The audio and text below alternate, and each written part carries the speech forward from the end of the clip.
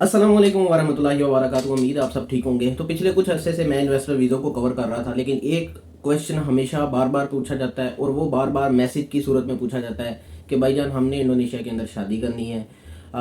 किस तरह शादी का प्रोसेस है उसके ऊपर स्पेशली वीडियोस बनाई होती है। लेकिन एक सवाल जो हर बंदे के जहन के अंदर होता है, और ये इंडोनेशिया के अंदर एक बहुत ही इंपॉर्टेंस रखता है आपकी शादी के अंदर। तो वो सवाल ये होता है कि भाईजान शादी पे कितना खर्चा आएगा और स्पेशली हक महर कितना होगा। ये चीज़ हमेशा वर्बली लोग मुझसे पूछते हैं, और जब वो पूछ रहे होते हैं तो वो इतना बरादराना चीज़ से पूछते हैं कि भाई आपने कितना दिया था। तो आज इन सारी चीज़ों को मैं कवर करूंगा कि शादी का किस तरह होती है, यहाँ पे तरीकाकार क्या है, कितने पैसे लग सकते हैं, कितनी लग्जरी हो सकती है, कितनी नॉर्मल हो सकती है, कितने पैसे आपको खर्चने चाहिए, कितनी सपोर्ट आपको उस लड़की वालों की फैमिली से मिलेगी, कितना आपको इस शादी पे खर्चा करना चाहिए और हक महर क्या होगा। सबसे पहले इस बात पे ऊपर आते हैं कि जो लोग मेरे से पूछते हैं कि यार भाई आपने कितना हक महर दिया था, तो ये चीज़ तो मैं मुनासिब ही नहीं समझता और ना मैं बता सकता हूँ। ये मेरा, मेरी वाइफ का और मेरी फैमिली का एक राज है। वो जितनी भी दी है, मैं इसलिए इस चीज़ को इतना पुरजोर कर रहा हूँ कि पाकिस्तान के अंदर हक महर को उतनी फोकियत नहीं दी जाती जितनी यहाँ पे दी जाती है। वहाँ पे ये मैटर भी नहीं करता, ना लड़की वालों की घर की डिमांड होती है और ना लड़के वालों के जहन में वो हक महर इतना प्योरिटी रखता है। 5,000, 10,000, 15, 20 इतना नॉर्मली जो पाकिस्तान के अंदर शादी चल रही है, अभी कुछ कल्चर अप हो रहा है, लेकिन स्पेशली इंडोनेशिया के अंदर हक महर की इंपॉर्टेंस बहुत ही ज़्यादा है। यहाँ के अंदर क्योंकि आपने दहेज नहीं लेना होता, नहीं देना होता है, एक ही फंक्शन होता है। उसके बारे में मैं बाद में बात करता हूँ कि उसमें कौन कंट्रीब्यूट करता है, ठीक हो गया। लेकिन मैं पहले मेन टॉपिक के ऊपर आता हूँ कि यहाँ पे हक महर की इतनी फोकियत होती है कि लोग ये देखते हैं कि यार इस बंदे ने अपनी बीवी को हक मार कितना दिया। यानी आप कह सकते हैं कि पूरी शादी की तकरीब के अंदर जो नोटेड चीज़ें होती हैं, उसके अंदर जो लड़का लड़की को स्पेशली देता है, जो उसकी एक रिस्पॉन्सिबिलिटी के अंदर आता है, वो ये होता है कि सर से लेके पाँव तक लड़की जितनी भी चीज़ें यूज़ करती है, अपर हो गया या अंडर हो गया, शैम्पू से लेके मेकअप तक, हर चीज़ का एक सेट लड़का खरीद के शादी के अंदर देता है। जिस तरह पाकिस्तान के अंदर तो लड़के वाले लड़की के सारे कपड़े बनाते हैं, दिखाते हैं, तो आप कह सकते हैं इनके अंदर सिर्फ एक एक जोड़ा हर चीज़ का होता है। वहाँ से भी लोग आपका अंदाज़ा लगाते हैं कि आपने कौन सा ब्रांड दिया, लेकिन वो चीज़ भी इतनी इंपॉर्टेंट नहीं होती क्योंकि वो सभी को दिखाई नहीं जाती, फ्रंट पे पड़े होते हैं। बाकी आगे आपको बताता हूँ कि शादी का सिलसिला कैसे कैसे लोग आते हैं, क्या चीज़ें, उसमें आपको ये चीज़ वाज़ह हो जाएगी। सिर्फ इसमें जो हक महर है उसकी जब वो कर रहे होते हैं, यहाँ पे जो निकाह का सिलसिला है कि सामने घर वालों का वली बैठता है, उसका भाई हो गया या फादर हो गया या बड़ा हो गया, लड़का उसके हाथ के अंदर हाथ दे के वो सारी अबारत पढ़ता है जिसमें कहता है जी मैं फ़लाँ बिन फ़लाँ की लड़की के साथ इन गवाहों की मौजूदगी में इतने हक महर के साथ उसको कबूल करता हूँ। तो ये उसका एक मतलब होता है, उसके अंदर वाज़ा वो रकम बताई जाती है और वो मौके के ऊपर यहाँ पे दी जाती है। और इनके कल्चर में समझा जाता है कि जो बंदा ज़्यादा हक महर देता है उसकी ज़्यादा बले बले हो सकती है। कि आप कह सकते हैं कि शादी के फंक्शन के बाद या उसको अगर मैं पहले भी रखूं तो वो एक सबसे बड़ी हक महर ही वो चीज़ है जिसके ऊपर आपके लोगों को पता चलता है कि अच्छा यार ये इतने पैसे वाला है। यानी जितना बड़ा हक महर होगा उतना आपका ज़्यादा बोलबाला होगा।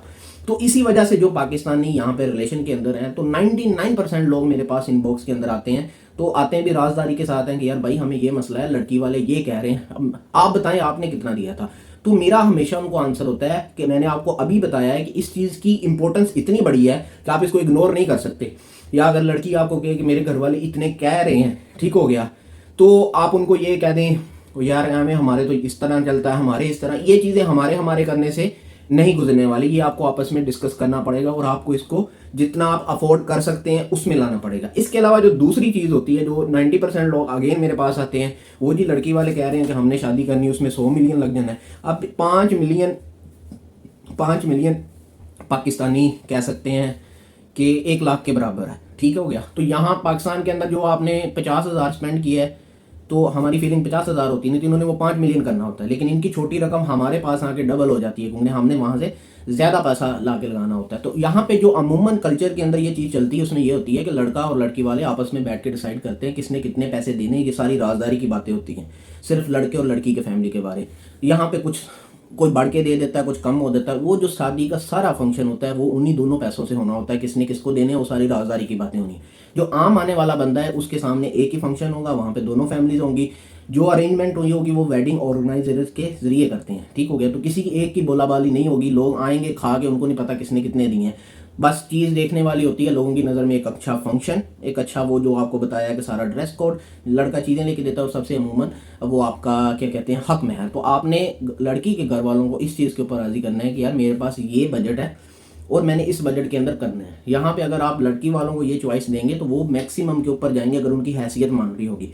इसके अलावा ये नहीं है कि सादे निकाह नहीं होते, बहुत सारी जो लोग हैं वो गरीब है, गरीब तो नहीं कहना चाहिए, ठीक है, यानी कि लोअर अपर क्लास है, डाउन है, वो मस्जिद में कर लेते हैं, छोटा सा फंक्शन कर लेते हैं, मिनिमम लेवल के ऊपर भी होते हैं।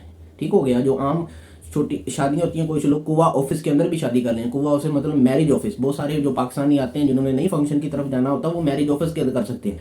तो कहने का मतलब है कि आपने इस चीज़ को सुन्नत भी है, सादा से सादा तरीके पे लेके आना है, और वही पैसा जो आपने सारा ज़ाया करना है वो उसको हक महर ज़्यादा दे दो, क्योंकि अगर उनकी एट द एंड यही इंपॉर्टेंस है और इसमें आपकी भी एक काबिलियत होगी कि यार आपने कितना उसको इंपॉर्टेंस दी है। ठीक हो गया। अगर आप पाकिस्तानी वाली सोच से उसको 2-4 हज़ार 5 हज़ार देने की कोशिश करेंगे तो मेरे ख्याल से ये आपके लिए भी शर्मिंदगी का काम होगा, अगलों के लिए भी होगा। तो आप बजाय उस दूसरी चीज़ पे पैसा स्पेंड करने से आप ये वाली चीज़ दे सकते हैं, और औरत का हक भी है और इस्लाम ने इसकी खुली इजाज़त दी है कि जितना चाहे और मौके पर आपने उसको पे करना है।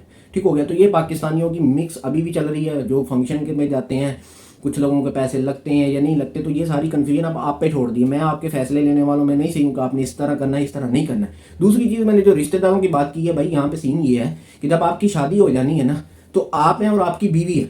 अगर वो अमीर है या उसका पैसा है तो वो आपके साथ अटैच हो जाएगा। अगर वो अमीर बाप की बेटी है तो फिर थोड़ी बहुत चीज़ें आएंगी। ये नहीं कभी भी देखना कि अगर उसकी फैमिली बहुत अमीर है तो कल को उन्होंने आपकी सपोर्ट को आना नहीं। भाई यहाँ पे एक फर्द एक चलता है, आप और आपकी बीवी ने सारा कुछ करना है। अगर आपका निज़ाम ठीक है तो आप उसको अपने साथ चलाएंगे। लड़की कमा रही होगी, ठीक है, तो ये भी एक डिफरेंस होती है। 20-22 साल की लड़की आपको किस तरह एक घर गाड़ी दे सकती है। तो इस टॉपिक के ऊपर फिर कभी बात करेंगे। बड़ा ये कंफ्यूजिंग सा टॉपिक है, लोग माइंड कर जाते हैं। तो लेकिन इंशाल्लाह ताला बात इसके ऊपर ज़रूर करेंगे। लेकिन कहने का मतलब है कि कुछ लोग यहाँ पे ये भी गलती है, कहता है जी दानिल भाई मैं यहाँ पे आया, शुरू में लड़की वालों के घर को इंप्रेस करने के चक्कर में उनको KFC लेके गया, मैकडोनल्ड लेके गया, पैसा लगाया, ठीक ठाक, ठीक हो गया। तो अब जब मेरी शादी हो गई है तो मुझे उस तरह का रिस्पॉन्स दूसरी साइड से नहीं आया। तो मैं हमेशा कहता हूँ कि भाई आप उनके कल्चर को देख के चलें। ठीक हो गया। जैसे वो लोग हैं उसी तरह से आप चलें। अगर आप अपना कल्चर उनके ऊपर लगाएंगे, चाहे पाबंदियां हैं चाहे अच्छा है हमारा, एट द एंड आपने नुकसान की तरफ जाना है, क्योंकि उन लोगों की कंट्री में उन लोगों ने आपके कल्चर के मुताबिक चलना है। आपको उनके साथ एडजस्ट करना पड़ेगा। कुछ चीज़ें जो आप नहीं कर रहे होंगे उनकी वजह से करो, जो पाकिस्तान में हम ईजिली कर जाते हैं वो ना करो। ठीक हो गया। तो यहाँ पे एक निज़ाम है कि भाई अपना अपना हर किसी ने देखना है। मुस्लिम है, लोग एक दूसरे से प्यार से बात करते हैं, लेकिन ये जो लेन देन वाला मामला है जो पाकिस्तान के अंदर पीक लेवल के ऊपर है कि हम किसी के लिए अपना जान भी कुर्बान कर देते हैं, घर के दरवाजे खोल देते हैं, बला बला, तो ये चीज़ें एक्सपेक्टेशन इतनी नहीं रखनी। मैं नहीं कहता कि सारे लोग इसी तरह के हैं, लेकिन आप कह सकते हैं कि कल्चर में 50% डिक्लाइन है। जो चीज़ें हम पाकिस्तान के अंदर है, मेहमान नवाजी, वो ये उस लेवल तक नहीं पहुंच सकते, और किसी भी कोने के अंदर हम भी किसी के लेवल तक नहीं पहुंच सकते। ये तो अकल समझ के अंदर एक आने वाली बात है। तो कहने का मतलब है कि जब आप आए तो चीज़ों को देखें कि उनके मामला किस तरह चलते हैं। जब वो आपस में मिलते हैं वो किस चीज़ के ऊपर हाथ रोकते हैं और किस चीज़ के ऊपर हाथ छोड़ते हैं। आप भी उनकी तरफ देख के चीज़ों को लेके चलें। तो अगर आपने आते अपना हाथ भी तंग किया, आपको मिलने का नहीं पता, तब भी आप किसी में कामयाब नहीं हो सकेंगे। और अगर आपने आते ही हर चीज़ खोल दी, अपना हर चीज़ लटा दी कि यार वापसी में मुझे एक्सपेक्टेशन होगी, क्योंकि पाकिस्तानियों की सारी ज़िंदगी एक्सपेक्टेशन के ऊपर चलती है। ठीक हो गया। तो वो इसीलिए पाकिस्तान या उर्दू ज़बान के अंदर ही वो कहावत पाई जाती है, नेकी कर और दरिया में बहा, और किसी मैंने ज़ुबान में नहीं अभी तक देखा। उसकी वजह यह है कि हम जितनी भी नेकियां करते हैं वो सारी एक्सपेक्टेशन के पीछे होती हैं। मैं ये कर रहा हूँ, मुझे वापस में ये मिलेगा। तो बजाय अपना बाद में नुकसान कराने के, बाद में बंदा कह दे कि यार ये कौम ही ऐसी है, ये नस्ल ही ऐसी है, ये लोग ही ऐसी है, ना करो भाई, उनके मुताबिक चल लो। ठीक हो गया। तो आपको किसने कहा था कि आप उस तरह से चलो?